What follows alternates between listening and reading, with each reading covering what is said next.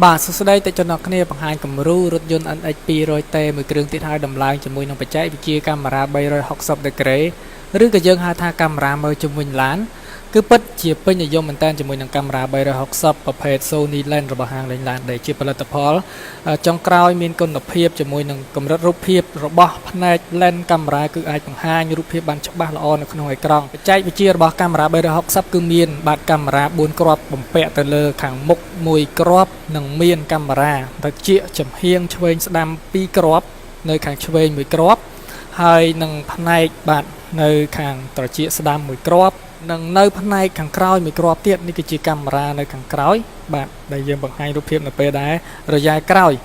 អូខេយើងអាចចូលទៅមើលរូបភាពនៅខាងក្នុងតែម្ដងដែលបង្ហាញរូបភាពចូលទៅក្នុងអេក្រង់ស៊ីនដែលយើងបានភ្ជាប់ចូលទៅក្នុងអេក្រង់ original របស់ NX បាទដំបូងក៏ចង់បង្ហាញអតិថិជនជាមួយនឹងការបង្ហាញរូបភាពរបស់360គឺអាចមើលនៅផ្នែកខាងមុខនៃរថយន្តមើលនៅផ្នែកខាងស្ដាំនៃរថយន្តខាងឆ្វេងនៃរថយន្តនឹងពេលដែលយើងរយ៉ាខាងក្រោយគឺឃើញនៅគ្រប់ជ្រុងមុខក្រោយឆ្វេងស្ដាំរីឯម្ខាងនេះវិញគឺជាផ្នែក Eagle Eye ឬក៏យើងហៅថាផ្នែកកាមេរ៉ាមើលជុំវិញឡានដូចជាមានកាមេរ៉ាចាប់ពីលើរថយន្តចុះមកហើយក៏បញ្ជាក់ថាផលិតផល SONY Lens នេះគឺ software អាចធ្វើការ calibrate គឺយើងអាចធ្វើការ set up មុំកាមេរ៉ាទាំង4ជ្រុងនេះហើយនឹងមានទីតាំងកន្លែងបានត្រឹមត្រូវនឹងបច្ចេកទេសក្នុងការ set up កាមេរ៉ានេះទៅចេញរូបភាព Eagle Eye នេះបានត្រឹមត្រូវនៅពេលដែលឃើញកម្លាតឡាននៅជ្រុងកែង4ជ្រុងនេះគឺឃើញស្មើដូចនឹងកាមេរ៉ាចាប់ពីលើបើសិនជាយើងមិន set up ឲ្យបានត្រឹមត្រូវកាមេរ៉ានេះគឺវាចឆ្វេងវាចស្ដាំ zoom in zoom out មិនបានត្រឹមត្រូវទេហើយផលិតផលចំនួនចាស់ពីមុនមិនអាច set up បានល្អដូចជាផលិតផលចំនួនថ្មីនេះទេ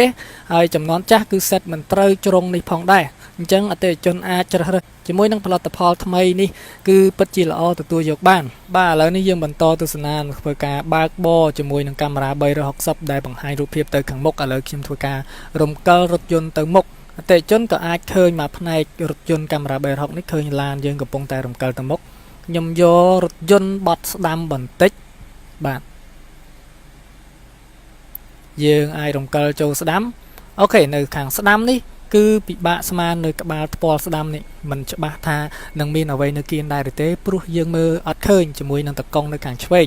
ខ្ញុំអាចសញ្ញោទៅផ្នែកខាងស្ដាំគឺខ្ញុំឃើញនៅផ្នែកកង់ស្ដាំយ៉ាងច្បាស់ផ្ពាល់ស្ដាំនេះយ៉ាងច្បាស់ឥឡូវនេះខ្ញុំមើលអត់មានឃើញនៅចំហៀងប៉ុន្តែនៅក្នុងកាមេរ៉ាបង្ហាញថាមានអីវ៉ាន់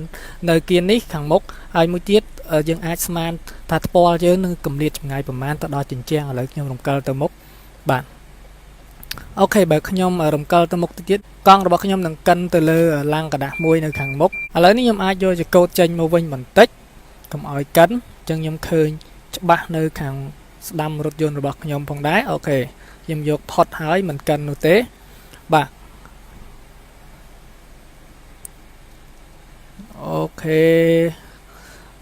បាទសុវត្ថិភាពនៅខាងមុខនេះក៏មានកៅអីតូចទាបដែលយើងមើលមិនឃើញអញ្ចឹងយើងអាចទៅមុខយើងមើលឃើញនៅក្នុងកាមេរ៉ា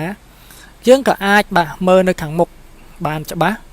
អ្វីដែលយើងមើលមិនឃើញនៅចំហៀងឡានយើងអាចមើលនៅក្នុងកាមេរ៉ា